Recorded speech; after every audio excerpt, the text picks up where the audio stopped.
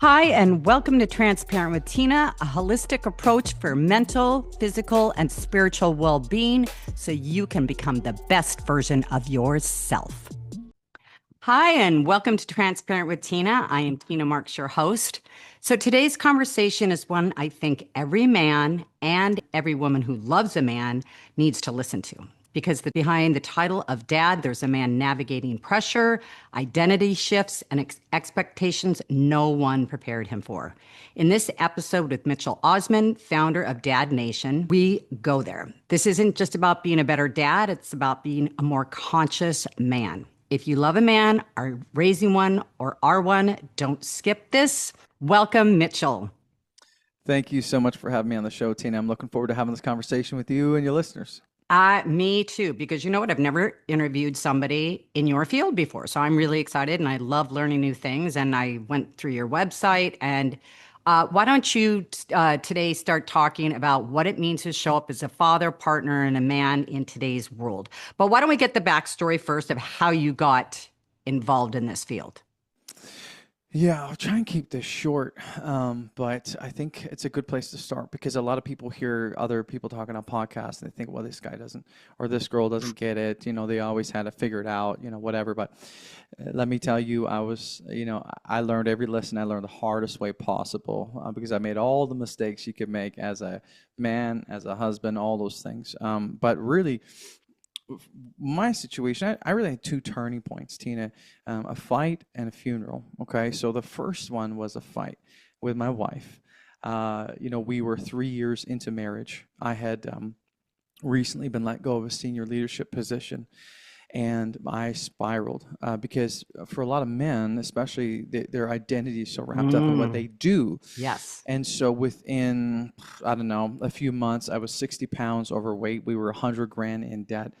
We were on the verge of divorce. I was medicating every day with alcohol and just trying to cope. Now, the reason why this hit me so hard was because, growing up as a young boy, I came from a long line of alcoholics. I came from a long line of what you would call like generational cycles of abuse and things like that. My childhood was littered with crime, abuse, alcoholism, all those things. And so for me, I thought I had dealt with that. But what the problem was is when I got married, those unhealed wounds began to bleed into my relationship, into my marriage, and my wife Mm-hmm. began to pay the price. And so we got in a fight one day, and it was like I mean, I won't get into the details, but basically it was like something changes or this is over. And so here I am, sitting on the living room, sitting on the couch in our living room, thinking this might be it. Like this might be the last day that I sit in this home with this woman. And every day after that, I was going out looking for work. And then I'd come home and I'd be parked in the driveway.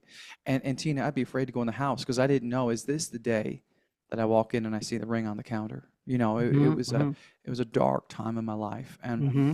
so that was a turning point where I thought, something needs to change.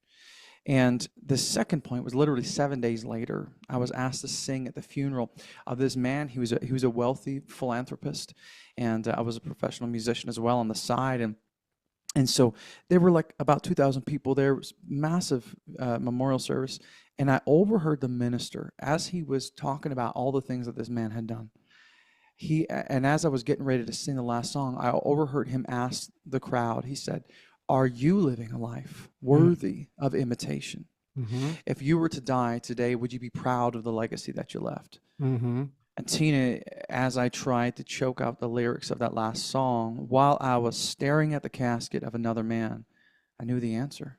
Mm-hmm. If this were my funeral, no one would be looking at my life and saying, I want to imitate the marriage he had. I want to imitate the body or the finances or the way he served his. Nobody would be saying that. They would have said at Mm-hmm. that point, he had a tough life and then ended too soon, you know? Mm-hmm. And Mm-hmm. so Mm-hmm. for the next, I went home that day and I was like, I am determined to die to whatever I need to become the man, husband, father I need to be for my family. Mm-hmm. And I brought a bunch of men around me, mentors, who stood with me. These guys were like, my ceiling was their floor. You know, they were living where I wanted to go. Okay, gotcha. Yeah, yeah, and they Yeah. surrounded me like I picked a mentor in each different area of life that I needed help in, my marriage and my fitness, my finances, and all those things. Within 18 months, we paid off the 100 grand of debt, completely. Did you have to pay these mentors, or are these just people in your community that were willing to help you Yeah, out? these were, which we can talk about after, but these were like men in my community, in my circle, right, that I reached out to. Okay. And so, yeah, paid off the 100 grand, lost the 60 pounds, built a lean, strong body, studied fitness, all those different things, completely restored our marriage, got clean of substances and distractions. And then Tina spent the rest of my, probably 8 years, um, really helping other people in my life, Hmm. friends of mine, because I was so passionate about, um, that holistic life transformation. I'd always been in leadership positions, so when all these changes started happening, a lot of attention was on me saying, like, how did you do that, man? How did you? So until one day, one of those five mentors challenged me, and he said, Mitchell, if you really want to live a life worthy of imitation, if you really want to have an impact, you need to turn this mess into a message, and you need to start a podcast and share it with the world. And so I launched the Dad Nation podcast. Within 6 months, we were in the top 10% in the world.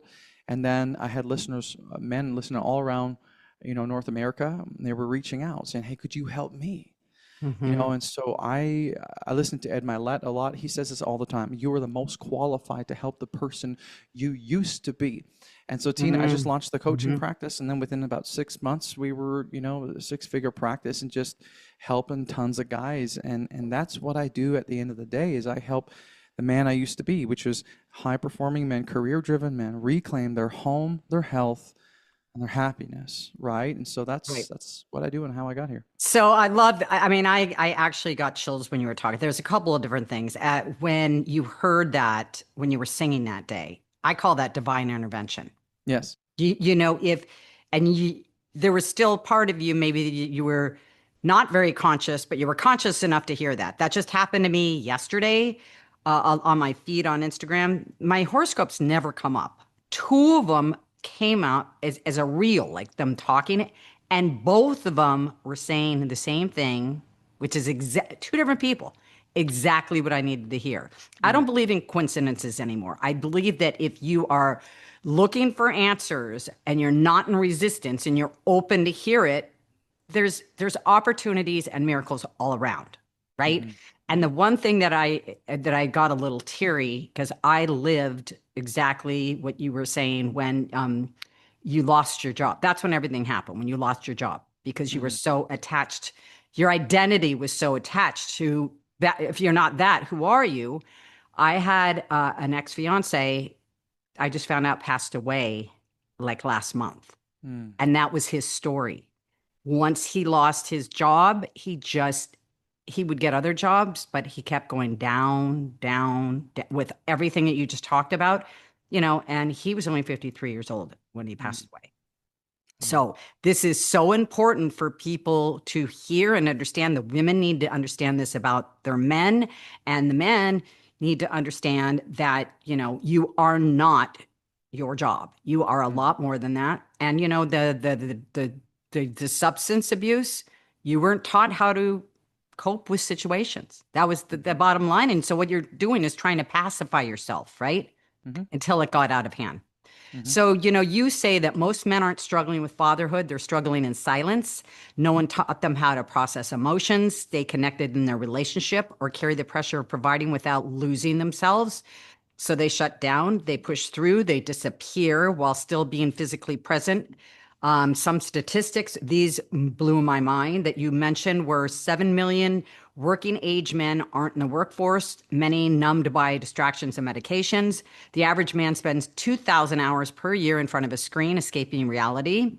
Since 1985, the number of men with zero close friends has jumped from 3% to 15%. 15% have zero close, 3 to 15%. I think that's a high number, not to even have one close friend. So you say men are lonely, silent, disconnected, and it's killing us. So that's why you created Dad Nation, to change that. A brotherhood of high performing men finding strength, connection, and purpose, a place where you can be heard, challenged, and equipped to win. mm. Uh, Wow. And I have to read this one too. That 1 in 4 kids that grow up without a father in the home, society tells us that men don't matter. 63% of youth suicides come from fatherless homes. 90% of homeless and runaway children come from fatherless homes. 85% of kids with behavioral disorders come from fatherless homes. And 71% of high school dropouts come from fatherless homes. That is crazy. I would wonder what it would be if it was the opposite, if it was mother, but we're not talking about that today. Hmm.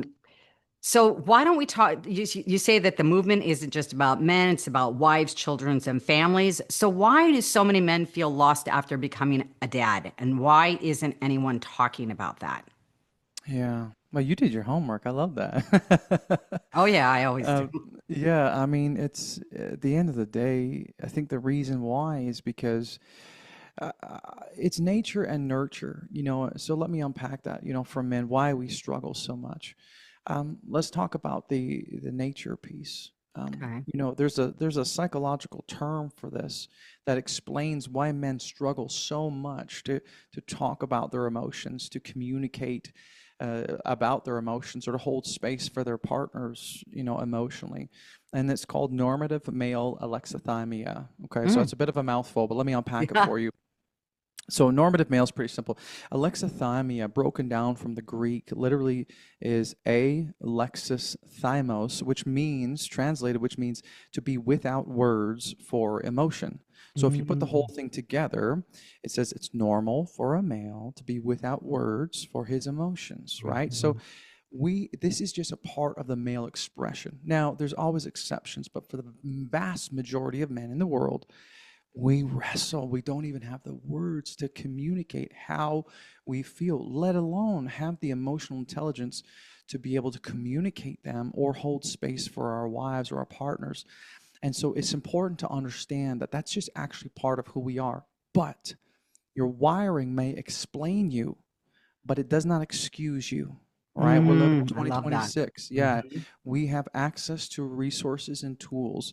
Now, let's talk about the other reason, the nurture piece. I mean, we're just a few generations removed from world wars, right, where men came home with extreme trauma, saw things that no one should ever see. They didn't Mhm. have psychiatrists and psychologists. They had the bottle. They had the legion, or wherever, to like process. There wasn't really much processing, and we thank them for their sacrifice, but a lot of these men didn't have the tools they needed to process what was going on. So those men raised boys and said, "Hey, if you're going to be a man, you got to stuff it down, deal with it, swallow it, You're lock right. it down, Man up. man up." And these boys grew to be men, and those men raised up boys.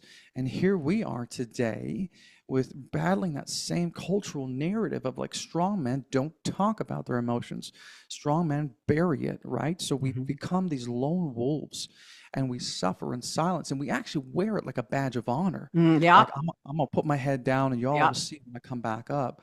And so you've got this combination of this wiring of the masculine and how we're not really wired for emotions and intuition. We're wired for to produce results, to build, to accomplish. We're driven by excellence and things like that. And we struggle universally with our emotions. And so what happens is men lose their job, or they do something like this where they spiral. And here's another reason why career is so important to men, is because culture, generally speaking, values a man by what he can produce, what he can Mhm. build, how he can provide. That's not Mhm. a bad thing. It's not a bad Mhm. thing. It's Mhm. actually how we're wired. Mhm. But it's not done a good job at saying, hey, you're valuable outside of what you do. I mean, we can prove that because when a man talks to another man, the first question is always, hey, what's your name or whatever. What do you think the second question is? How's work? Yeah. How's Yeah. work, or what do you do for work? Yeah. Do, Yeah. right? Yeah. Yeah. Not human beings, human doings. Exactly. Yeah. Not Exactly. how are you? It's Yeah. what do you do? Right. So what happens is we're raised in this culture that says don't talk about your feelings. That'd be weak, right? Or men sometimes make the mistake of thinking if they talk about their feelings, then their wife might weaponize that, or think that they're weak, and so they don't. And then you combine that with this normative male alexithymia, how we're just not even wired to do that in the first place. So then what happens is when your career is shattered because the world says you're only valuable if you can Right. produce, then Yeah. you go into a black hole and you implode. And Hey that's what guys, happens. okay, let's talk skincare. For most of my adult life, I had a hate relationship with my skin. I struggled with adult acne, discoloration, large pores, psoriasis, and fine lines.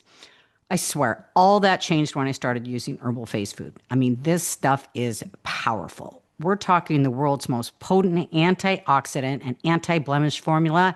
And the serum is the number one anti aging serum in the world, made entirely from 100% botanical plants. No chemicals, no synthetics, 100% all natural. Whether you're dealing with fine lines, dark spots, sun damage, rosacea, psoriasis, melasma, or just want that all day healthy glow, Herbal Face Food has your skin covered. Literally. I've been using all their products for 3 years now, and let me tell you, it's like green juice for your face, only stronger. Remember, whatever you put on your skin goes in your body. So, this is a really important point here, seeing that it's 100% all natural. Give it a try. It's got a 100% money back guarantee, no questions asked. You can check them out at herbalfacefood.com. Use promo code TINA20 for 20% off your entire order. That's herbalfacefood.com because your skin deserves That's the what happens. best. And that's exactly I watched it. And it even I was thinking while you were talking, I mean, it really goes back to caveman days, right? The men are Yes, the hunters and gatherers. And if they showed any kind of fear, if they're out there, trying to kill wild animals and putting their life on the line, where is there room for emotion? And wouldn't, if they had these emotions and felt the fear, right? Wouldn't that weaken them? Would they be able to go and do their job? exactly.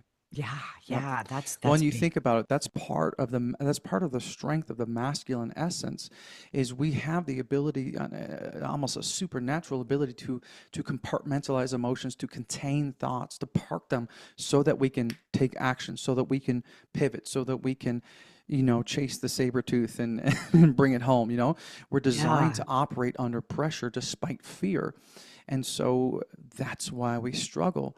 And what happens is, especially this next generation, like Gen Zs, they're growing up in a world where all these statistics are real, but no one's talking about it. And so they're more confused than ever on how to show up as a husband and as a father in today's world where, I mean, we haven't even talked about the polarization of the word masculinity and how you can even barely say that word without being canceled these days.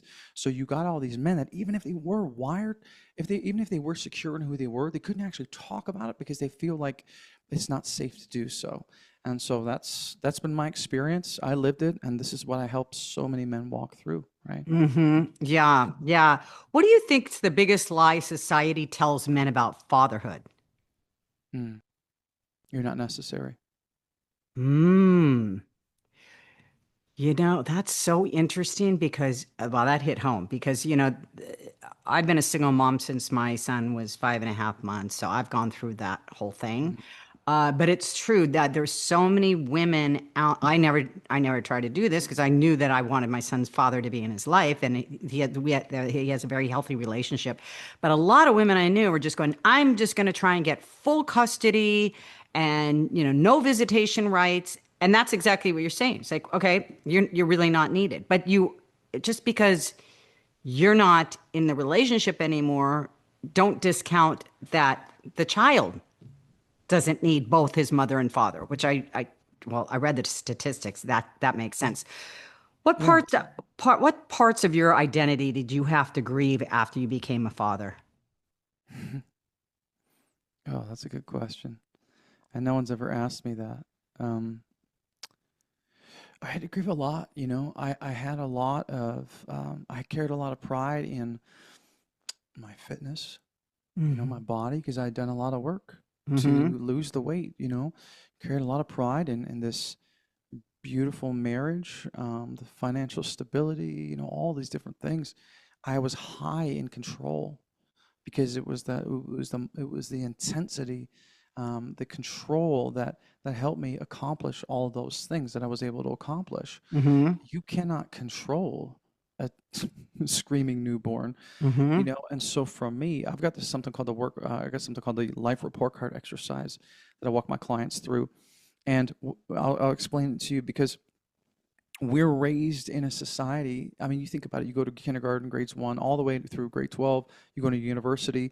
What's the goal when you go to school? What's the ultimate goal?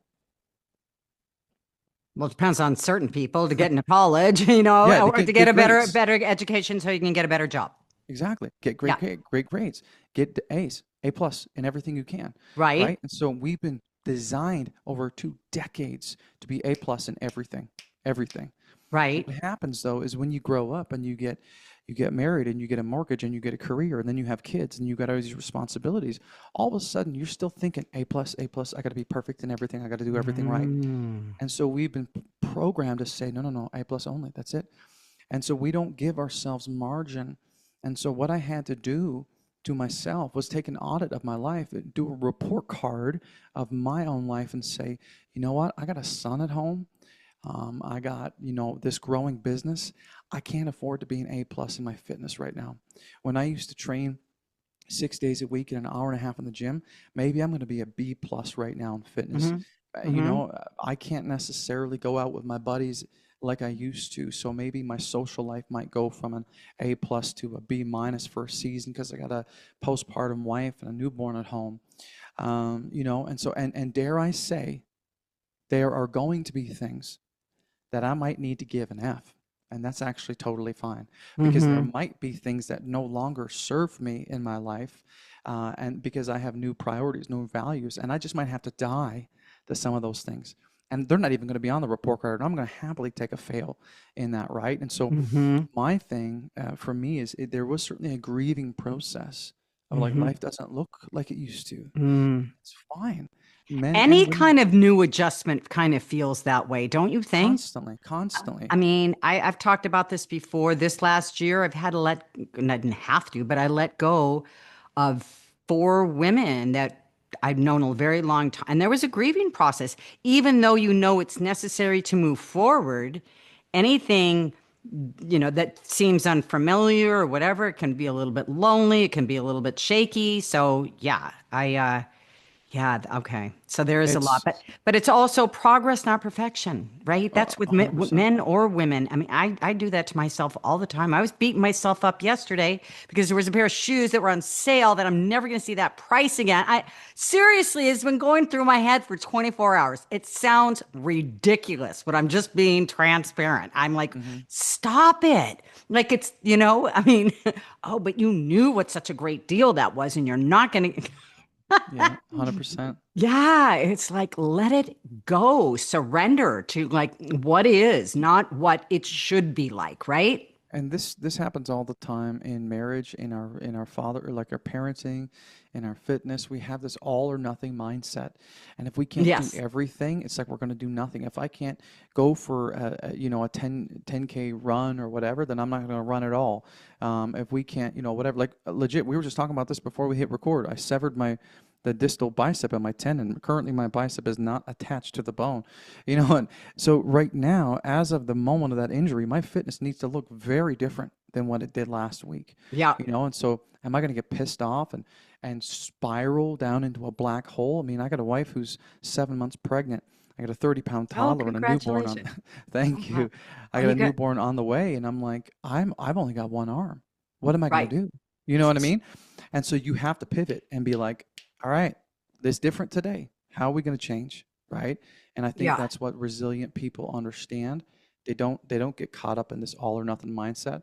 Or They're why did this humble. happen to me? Exactly. You, Victim. Yeah. in fact, you and I, before we started this, I was telling you that when I tore my Achilles, Hmm. right? Looking back, see, this is why I'm really a firm believer that everything happens. I've said that in my for the longest time as I can remember. I really, really believe it now. When I tore my Achilles, it was like the universe's way of going because I am very active, and I would avoid certain without knowing this. I was avoiding certain feelings and this and that. So I'd go over here, I'd go over here, get distracted. It was almost like the universe said, nope, you're going to sit here. You can't even walk. I couldn't even walk for 6 months. Then I had a limp. And it was like I had to sit there with my emotions and realize what needed to be healed. So my doctor says that we don't die from old age, we die from inflammation. And I couldn't agree more. When I found him a couple of years ago, I was not in great shape. I had a lot of anxiety, a lot of depression, and he found out it was all related to my gut. Did you know that 90% of your dopamine and 90% of your serotonin are made in your gut? Okay. So I have been on all of his products ever since that day. But the ones that I want to talk to you about are the alkalizers. He's got one for coffee and he's got one for alcohol. What do? They make the beverage from acidic to alkaline, which is so important because if your body is too acidic, it is a breeding ground for disease. So you want to keep your body in an alkaline balance. So with the coffee, it comes either for black coffee or it comes flavored as a creamer. I love the flavored ones. Vanilla is my favorite, but I also love the hazelnut. They're all delicious. One scoop, and it does not break your fast for one. It changes your body, your coffee from acidic to alkaline, which you don't have to feel guilty about drinking coffee anymore. And the one for alcohol does the same thing.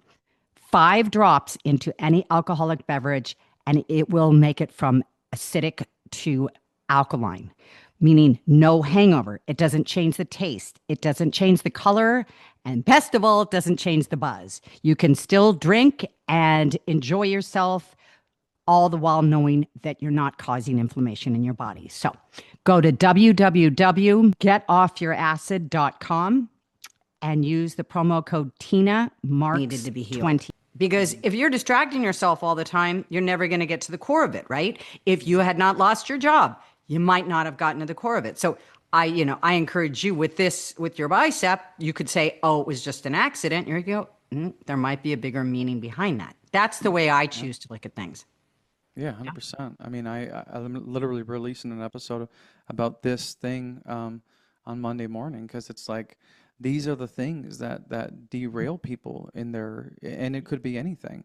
It could be losing your job. It could be an injury. It could be a fight in your marriage. It could be some problem you're having with your kid, and all of a sudden before you know it, things are starting to spiral, and you're gaining weight. You're in debt. Your marriage is struggling, or whatever. You're disconnected at home, and it's like.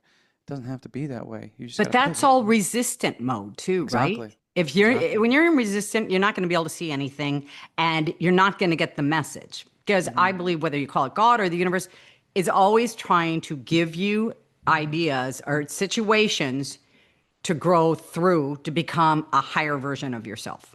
And if Yeah. you're going to be in resistant mode and just play the victim, you're missing the whole point. You're just Yeah. missing the whole. That's yeah. So why don't you tell us what you think healthy masculinity actually looks like in today's world? Oh, I love this question. It's so good because there's so much confusion. There's so much confusion about it. And I want to, just for a moment honor you, Tina, for just saying the fact that you're a single mom like that is so admirable. And as now someone who has 2 kids, like I cannot imagine. So I just wanted to say kudos to you. Thank you. It must be so incredibly strong. Um, and so I think the modern man today, you know, here's the problem is we're living in a day and age where polarity wins, right? If you can polarize people to go far left, far right in whatever area, you're winning. Why? Because the more extreme you can be, the more clicks you're going to get. You think about media, you think about influencers. Why would I talk about something boring if I can talk about something extreme that's going to get clicks? Because if I get clicks, I get followers. If I get followers, I get money, right? And so there is an agenda, or not necessarily an agenda. I'm not necessarily a conspiracy theorist, but it certainly does make a lot more money if you're being an extremist on one side or the other. So in this context of masculinity today, there are 2 sides. There is the one side, which is the extremist, what I would call toxic masculinity. It's the Andrew Tates, it's the red pill alpha mentality, the manosphere vibe, right? Where it's like get rich or die trying, disrespect women, blah, blah, blah. And then there's the far other side, which is the extreme sort of feminist man who who is a pushover, who is very soft, who can't stand up for himself or his family. He's constantly being pushed around by everyone in his life because he doesn't Mm, necessarily understand how he doesn't have a spine, right? hmm Because he was told he's not a priority, he's not important.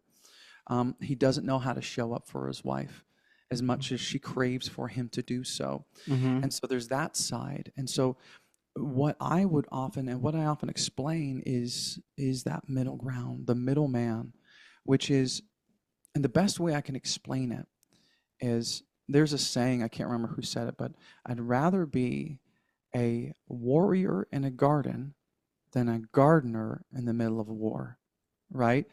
And so Okay. this idea of being both strong like a warrior, but being a gardener and can nurture and, tend to these beautiful flowers. Or another way of saying, one of my buddies says this all the time.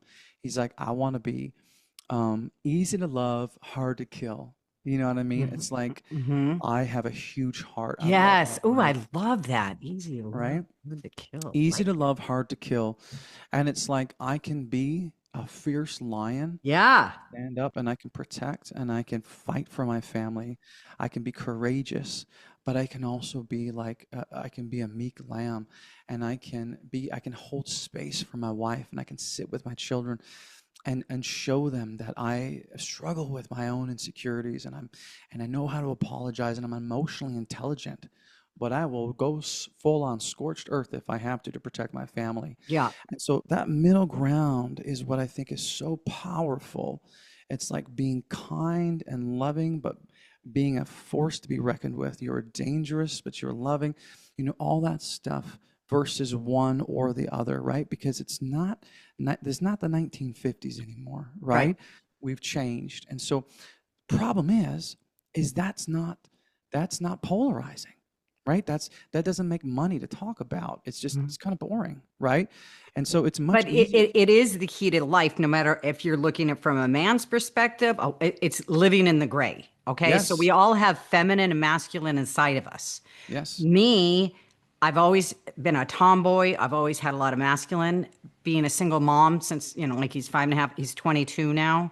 Being the mother, the father, the everything, even put me more in my masculine. yep, Then you have women that are so in their feminine that they don't know how to do anything without a man. So yep. yeah, we have this, and it's that balance. That's the sweet spot, hmm right? So yeah, I mean, but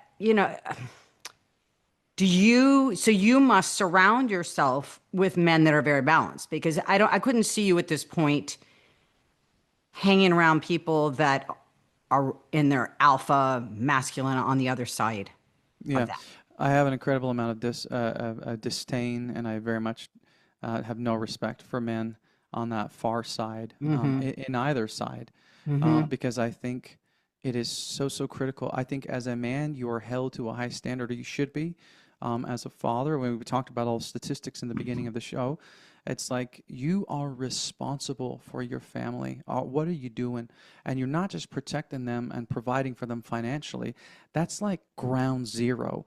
Saying, well, I provide for my family, I pay the bills. That's like saying, well, hey, I didn't go to jail. Good job. You know what I Right, mean? exactly. It's You like can like do the bare better. minimum, right? There's Exactly. this saying, it's like your best efforts aren't my bare minimum or something like that. A friend of mine that was kind of coaching me, he always used to say that too. It's very true. Like, Yeah. where do you set the bar?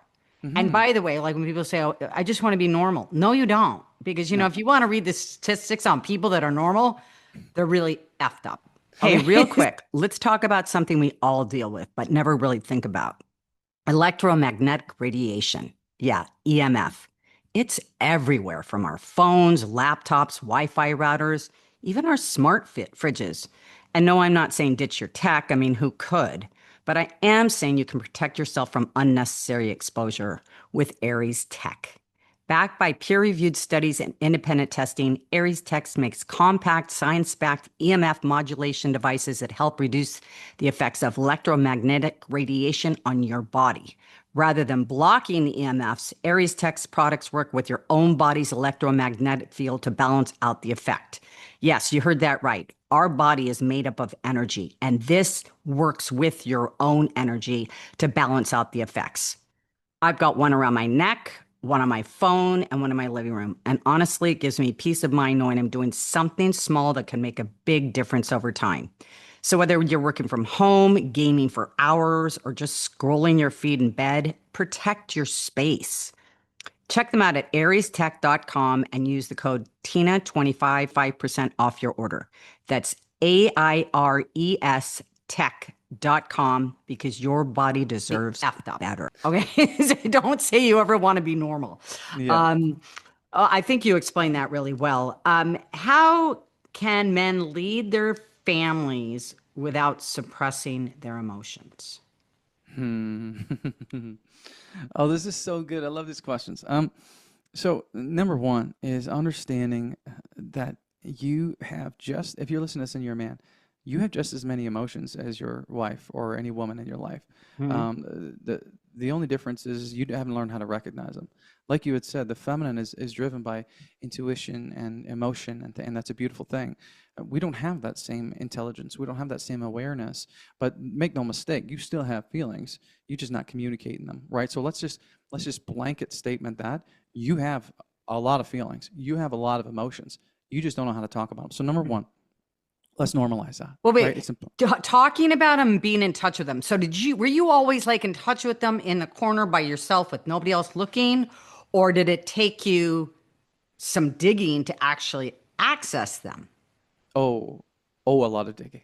A A lot of lot, digging. like before you started this work, were you aware that you had any of these emotions? Like, did you ever really feel sad? Did you ever really? Because my son, he's very stoic like his dad.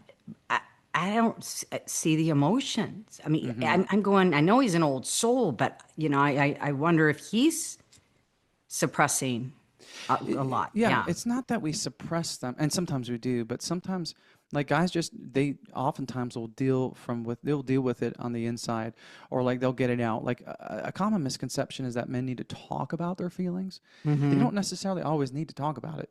What men do is they need to get active. They get out of their head and into their body. So a good workout for a guy is just as good as a great conversation for a girl where she's talking about her feelings. Um, Okay. That Totally. gets you more in touch with your feelings is by working your body out. It's just yeah, yeah, for sure. It's like Oh, or go to the shop, go to the garage and start working on your car or that's your woodworking project or whatever, right? yeah, That's how we interesting. work it out. Yeah. And Wow. so Yeah, because it's you don't different. talk to each other about that kind of stuff. Not typically, right? But here's the problem is that's good up to a certain point, but you have to know when you need to lean into a brotherhood because here's another mistake guys make is they hear that they say, okay, well I got to talk about my emotions, and they go to their wife and they just dump. They just like full on trauma dump on their wife, and it's like, well I don't know if we're gonna be able to pay the rent next month, and I don't know about our son is doing this, and I'm stressed, and then all of a sudden what happens is you put an emotional load that's too Too heavy on much your on. wife, Mm-hmm. and Mm-hmm. she can't handle it.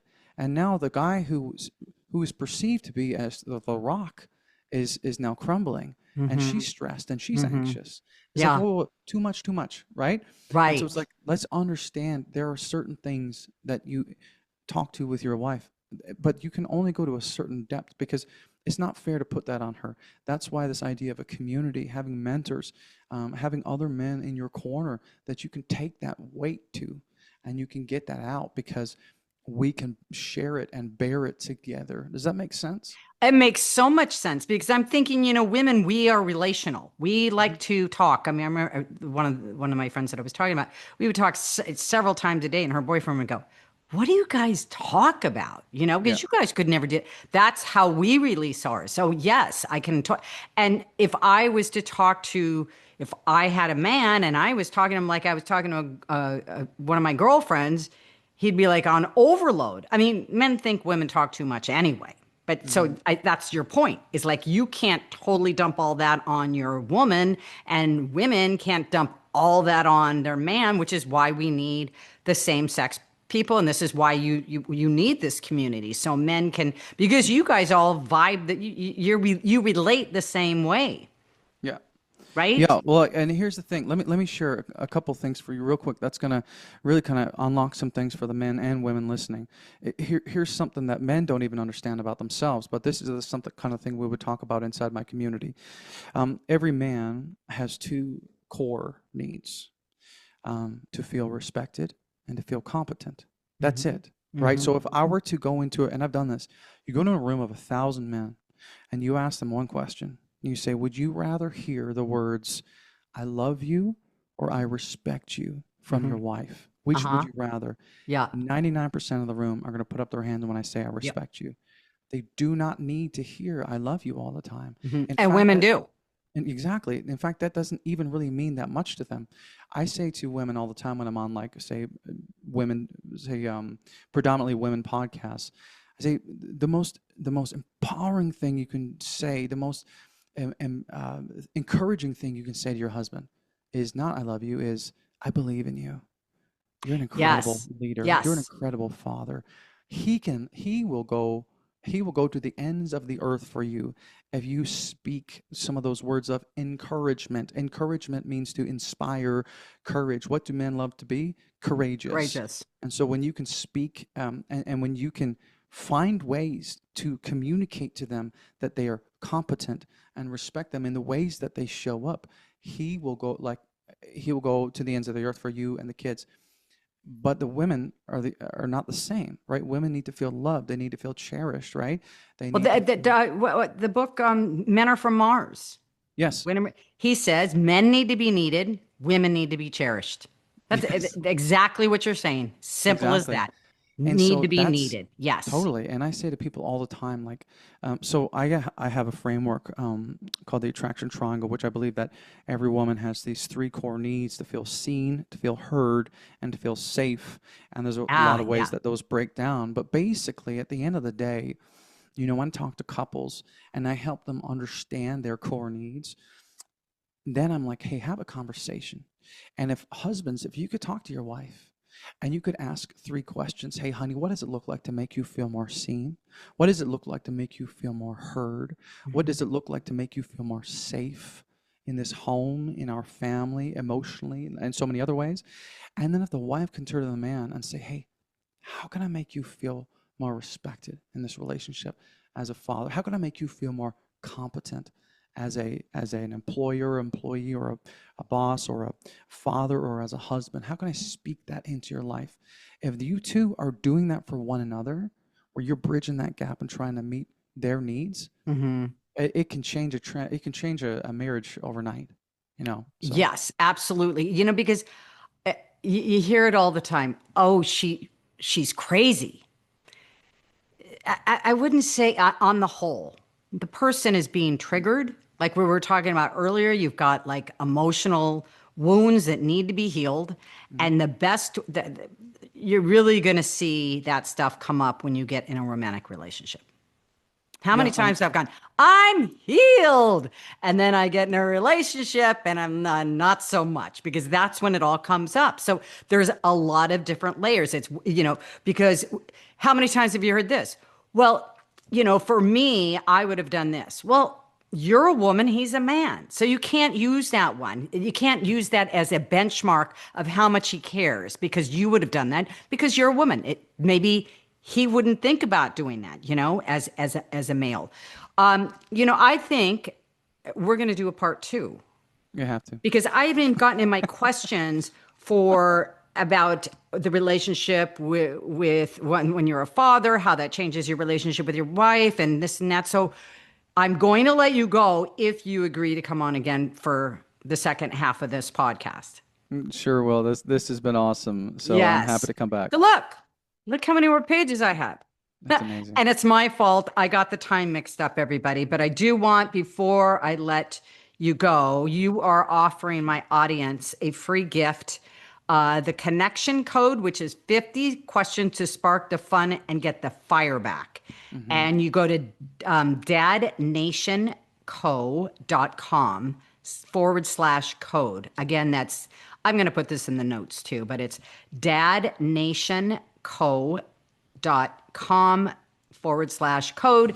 And if you want to just go check his website, he's got a podcast, he's got coaching services, everything else. Just go to dadnationco.com and that's your website, correct? Did I get everything right there? Yeah, yeah, for sure. And you know what? Let me just give some nuance there to that. The reason why I'm giving you that is because statistically, we know today that in the US, 70% of divorces are initiated by the women in the relationship. Mm. Now, that's not like a oh poo-poo on women, but at all. It highlights an important data point that we need to talk about. I, mhm. When you dig into that even more, though, in situations where the wife is a high earner or has a high level of Oh, education, yeah. that number jumps to Oh, 90%, yeah. 9 Oh, out of yeah. every 10.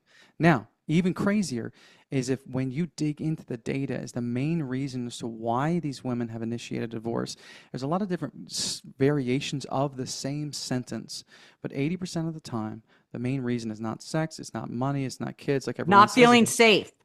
Exactly. It's not Ah, I got it. I knew it. exactly. It's a lack of emotional connection, Mhm. meaning my feelings didn't matter to him. I didn't feel like a priority.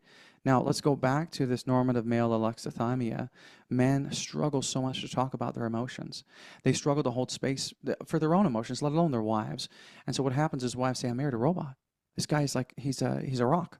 Right. I don't know how to talk to him." Mhm. And so if 80% of the divorces happen because of emotional disconnection, Yep. and men struggle with emotions more than anything, well, we need to teach men how to connect with their wives on an emotional level. And so Mhm. that's exactly what that tool does. There's 50 questions that are designed to engage your wife on an emotional level and to build that emotional safety with her. And all I say to guys is like, listen, I don't care if it's you're gonna go out on a fancy date, pull 2 or 3 pages, pull 2 or 3 questions off the page, or maybe you put the kids down, you pour up a glass of wine, grab 3 or 4 questions, and then just ask her. I guarantee you, she's gonna she's gonna light up. I've had women email me the next day and be like, Say thank "Who you was so that much. man that took me out last night? Like Wow. that, we had the best conversation we've ever had since we were dating." So like it's free and it's powerful. It has transformed the lives of so many men and marriages when they've simply just did that because we're teaching them to meet the very core need and the very reason why so many women divorce in the first place. So happy to get into that when we go into part two, Part two. if you'd like. Yes. I'm so excited for that.